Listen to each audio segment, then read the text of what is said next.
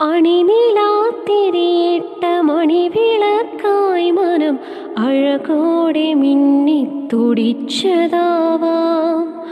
അണിനിലാത്തിരിയിട്ട മണിവിളക്കായി മനം അഴകോടെ മിന്നിത്തുടിച്ചതാവാം. ആരും കൊതിക്കുന്നൊരാൾ വന്നു ചേരുമെന്നാരും സ്വകാര്യം പറഞ്ഞതാവാം. പിന്നെയും പിന്നെയും ആരോ കിനാവിൻ്റെ പടികടന്നെത്തുന്ന പദനിസ്വനം. പിന്നെയും പിന്നെയും ആരോ നിലാവത്ത് പൊൻവേണുവോതുന്ന മൃദുമന്ത്രണം.